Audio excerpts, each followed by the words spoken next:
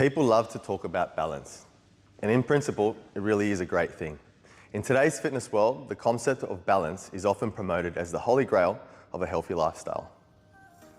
We're told that we need to balance our workouts, our diets, our time with family, our workload, and our sleep to achieve optimal health and fitness. But balance can be really hard to maintain, and the scramble to keep things balanced can sometimes become a greater source of stress than it is a source of well-being. Wow. Sure, there are some personalities who are naturally drawn to a more balanced approach and can easily keep 5 or 6 plates spinning perfectly at a time. But on the other hand, there are a lot of people whose personalities make balance almost impossible.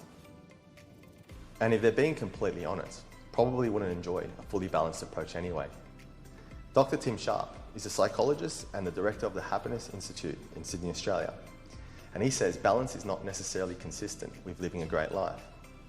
In a world where balance has become a buzzword, we love this. It takes the pressure off needing to be the perfect parent, the perfect employee, or the perfect business owner, the perfect meditator, the perfect health eater, and whichever other roles we are trying to play.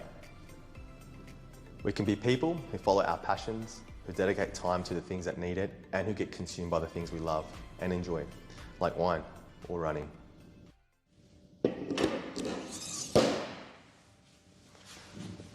But how does this apply to your training? 3 principles that are synonymous with balance are rest, nutrition, and stress management. If we continue to train at our max capacity every single day, we'll burn out or get injured before we get a chance to achieve our training goals. If we eat all the foods we want, we probably won't reach our strength or body composition goals. And on the other hand, if we follow an insanely strict diet, at some point it'll become unattainable and will crash and rebound. For people who struggle with the idea of balance around training, these outcomes are probably quite familiar. If you're one of these people, it might feel like you're faced with a terrible option. Live life half-heartedly or constantly work at the brink of burnout. But actually, here's a different approach. One that might suit those who struggle with the traditional ideas around balance and are sick of trying to fit the different parts of their lives into a carefully partitioned wedge of a pie chart. Instead of a set of judicial scales or pie charts, think about contrasts like light and dark. Yes, you want to train hard, but you also want to rest hard. And yes, there'll be times when you approach your meals from a very practical fueling standpoint. But there are also times when you can lower the pressure and thoroughly enjoy the food you eat. And yes, you can work hard in your job and lean into the pressures and responsibilities that come with that. But also make sure you give yourself times when you can regularly immerse yourself in the moments of zero responsibility and pressure. Moments where your foot is to the floor with the accelerator, balanced out with times when you allow yourself to idle along or stop the vehicle altogether. You might be thinking, this sounds a lot like balance, and it kind of is. But the beauty of this approach is how it takes the focus off the pressure of being perfect. Doing everything in moderation all the time and feeling guilty when you have to dedicate more time and focus in certain areas of your life, it allows you to pursue your passions without letting them burn you out.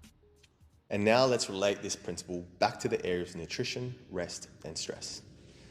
To apply this approach to these areas, here are some questions you can ask yourself. What are some of your primary goals at the moment? Which one is high priority and which one can wait? In what ways will you have to go hard to achieve these goals?